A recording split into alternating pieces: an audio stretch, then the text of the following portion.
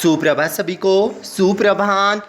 तो प्यारे बच्चों, अपने 7वीं कक्षा के हिंदी विषय के दूसरे तासिका में हमने देखा था, प्रारंभ किया था, शुरुआत की थी अपनी कविता फूल और कांटे।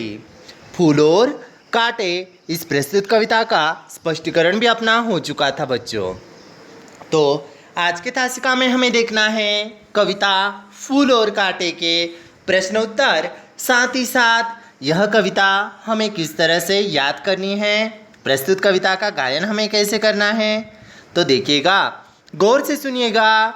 कविता फूल और कांटे अयोध्या सिंह उपाध्याय हरिवंश जी द्वारा रचित 7वीं कक्षा की दूसरी कविता, पेज नंबर 2, पृष्ठ क्रमांक 2 पर फूल और कांटे।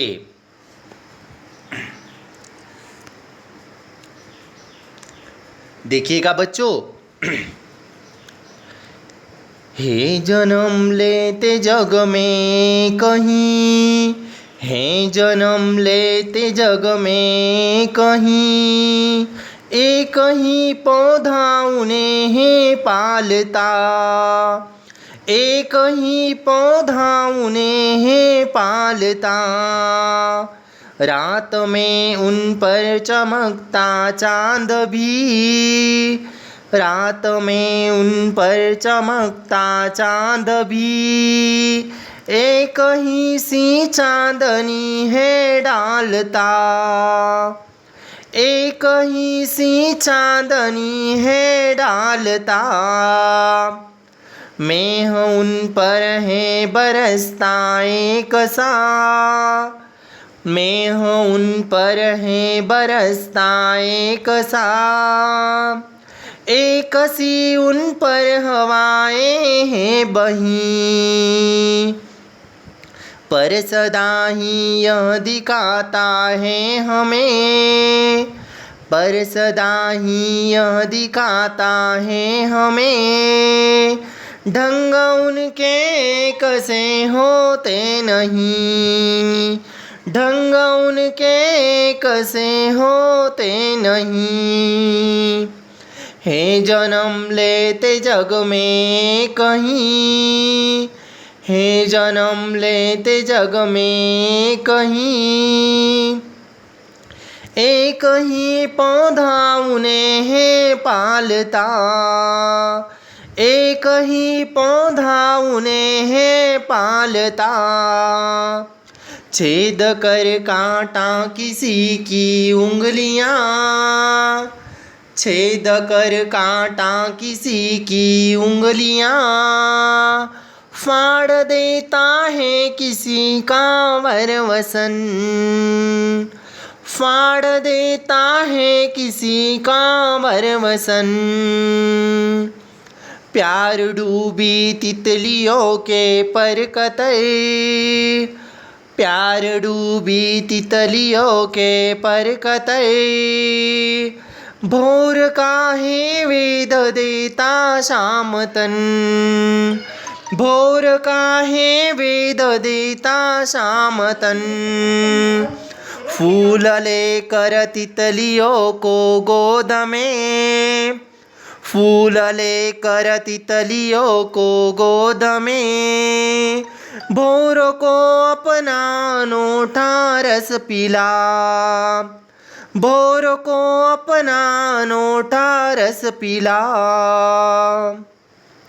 निज सुगंध और निराले रंग से, निज सुगंध और निराले रंग से, है सदा देता कलीजी का खिला, है सदा देता कलीजी का खिला, है खटकता एक सबकी आँख में, है खटकता एक सबकी आँख में, दूसरा है सोहता सुरसी सपे, किस तरह कुल की बड़ाई काम दे, जो किसी में हो बड़प्पन की कसै, जो किसी में हो बड़प्पन की कसै, हे जन्म लेते जग में कहीं, एक ही पौधा उन्हें पालता,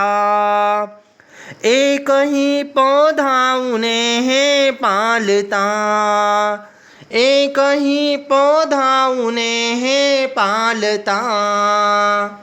तो बच्चों देखिएगा, फूल और कांटे यह अपनी प्रस्तुत कविता, इस प्रस्तुत कविता का स्पष्टीकरण तो अपना हुआ था। आज के तासिका में हमें देखना है कि आखिरकार फूल और कांटे इस कविता में हमें कौन से प्रश्न पूछे हैं। फूल और कांटे कविता में सबसे पहला प्रश्न तो देखिएगा जरा, रिक्त स्थान की पूर्ति करो। क्या है पहला प्रश्न? रिक्त स्थान की पूर्ति करो। रात में उन पर डैश डैश चांद भी, रात में उन पर चमकता चांद भी, एक ही सी डैश डैश है डालता, एक ही सी चांदनी है डालता, प्यार डूबी तितलियों के डैश डैश कतर, प्यार डूबी तितलियों के पर कतर, भोर का है वेद देता डैश डैश तन, भोर का है वेद देता शाम तन। बच्चों प्रश्न दूसरा तो देखिएगा जरा गौर से, फूल किनको गोद में लेता है? एक वाक्य में हमें उत्तर लिखना है। जी हाँ बच्चों, बिल्कुल सही पहचाना, फूल तितलियों को गोद में लेता है। फूल किसे गोद में लेता है? तितलियों को। बड़प्पन की कसर रह जाने पर क्या काम नहीं देता? बड़प्पन की कसर रह जाने पर कुल की बड़ाई काम नहीं देती। बड़प्पन की कसर रह जाने पर कुल की बड़ाई काम नहीं देती। कौन एक सा बरसता है? बादल एक सा बरसता है, या मैं हूँ एक सा बरसता है। फूल किसको रस पिलाता है? जी हाँ बच्चों, देखो जो पंक्ति है ना पृष्ठ क्रमांक 3 पर, फूल लेकर तितलियों को गोद में, भौर को अपना अनोठा रस पिला। यानी जो है देखिए, फूल यहाँ पर अपना अनोठा रस किसे पिलाता है? तो फूल अपना अनोठा रस भौर को पिलाता है, यानी भौरे को पिलाता है। बच्चों तीसरा प्रश्न देखिएगा जरा गौर से, क्या दिया है? भाषा की ओर निम्नलिखित वर्णों से समानार्थी विरुद्धार्थी शब्दों की जोड़ियाँ ढूंढो और अपने वाक्यों में प्रयोग करके कॉपी में लिखो। यहाँ पर पुष्प, पुष्प यानी क्या? फूल। पुष्प यानी फूल, पुष्प यानी सुमन, पुष्प यानी कुसुम। रात, दिन, रात, दिन। इसी तरह बच्चों कई तरह के आपको विलोम और पर्यायवाची शब्द ढूंढने हैं, और इन विलोम और पर्यायवाची शब्दों का अर्थ आपको समझ लेना है। जैसे पुष्प, फूल, रात, दिन, बड़ा, छोटा, यानी कई तरह के शब्द यहाँ पर है। तो ये शब्द आपको ढूंढने हैं और इनका अर्थ आपको सुंदर अक्षर में लिखना है। विलोम यानी उल्टे अर्थ वाले और पर्यायवाची यानी समान अर्थ वाले। तो बच्चों उम्मीद करता हूँ आप सभी को फूल और कांटे यह प्रस्तुत कविता पसंद आई होगी और समझ में भी आई होगी। चलो बच्चों मिलते हैं हिंदी विषय के अगले तासिका में। धन्यवाद। धन्यवाद सभी को।